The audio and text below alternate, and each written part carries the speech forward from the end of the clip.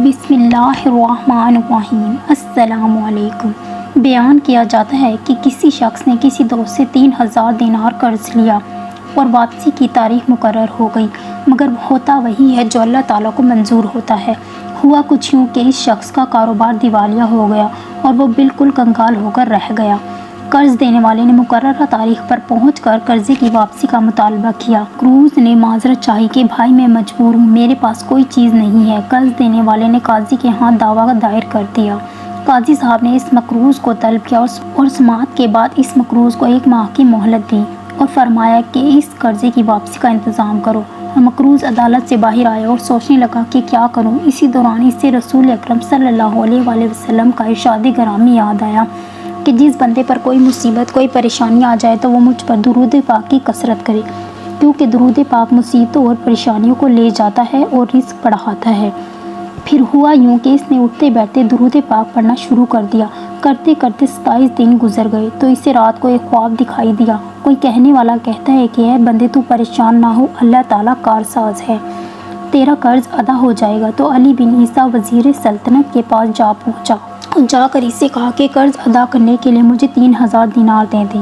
فرمایا کہ جب میں بیدار ہوا تو بڑا خوش تھا کہ پریشانی ختم ہو چکی، لیکن پھر یہ خیال آیا کہ اگر وزیر صاحب کوئی دلیل یا نشانی طلب کرے تو میرے پاس کوئی دلیل نہیں ہے۔ وہ صاحب فرماتے ہیں کہ دوسری رات ہوئی اور بستر پر گہری نیند میں سویا تو قسمت جاگ اٹھی۔ مجھے آقائے دو جہاں رحمت عالم صلی اللہ تعالیٰ علیہ وآلہ وسلم کا دیدار نصیب ہوا۔ حضور صلی اللہ علیہ وآلہ وسلم نے بھی علی بن عیسیٰ کے پاس جانے کا ارشاد فرمایا۔ جب آنکھ کھلی تو خوشی کی انتہا نہ تھی، لیکن پھر یہ خیال آیا کہ اگر وزیر صاحب کوئی دلیل یا نشانی طلب کریں تو میرے پاس کوئی دلیل نہیں ہے۔ تیسری رات پھر نبی اکرم صلی اللہ تعالیٰ علیہ وآلہ وسلم تشریف لاتے ہیں اور پھر حکم فرماتے ہیں کہ علی بن عیسیٰ کے پاس جاؤ اور اسے یہ فرمان سنا دو۔ عرض کیا کہ یا رسول اللہ صلی اللہ علیہ وآلہ وسلم، میں کوئی دلیل یا علامت چاہتا ہوں جو کہ اس ارشاد کی صداقت کی دلیل ہو۔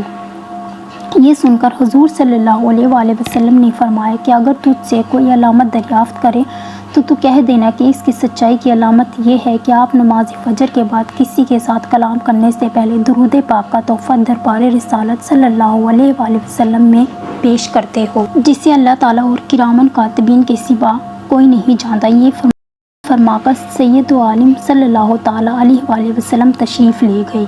کہتے ہیں کہ میں بیدار ہوا، نماز فجر کے بعد مسجد سے باہر قدم رکھا اور آج مہینہ پورا ہو چکا تھا۔ میں وزیر صاحب کی رہائش گاہ پر پہنچا اور وزیر صاحب سے سارا قصہ کہہ سنایا۔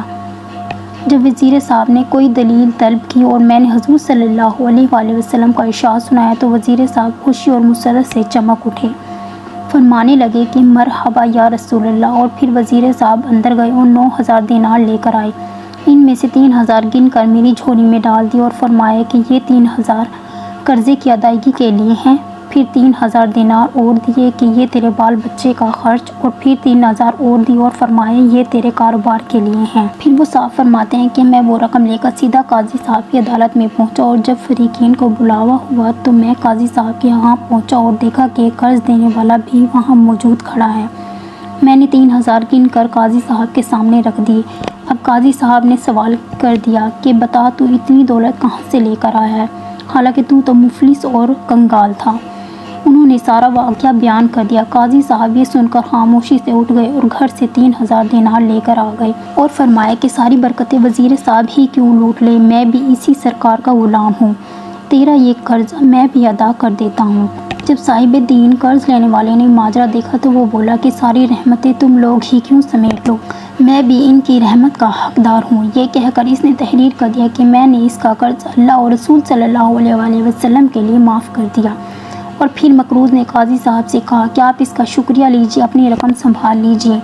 تو قاضی صاحب نے فرمایا کہ اللہ تعالیٰ اور اس کے پیارے رسول صلی اللہ علیہ وآلہ وسلم کی محبت میں جو دینار لایا ہوں وہ واپس لینے کو ہرگز تیار نہیں ہوں، یا آپ کے یہاں آپ لے جائیں۔ میں تو 12000 دینار لے کر گھر آ گیا اور قرضہ بھی معاف ہو گیا۔ یہ برکت ساری کی ساری درود پاک کی ہے۔ سبحان اللہ۔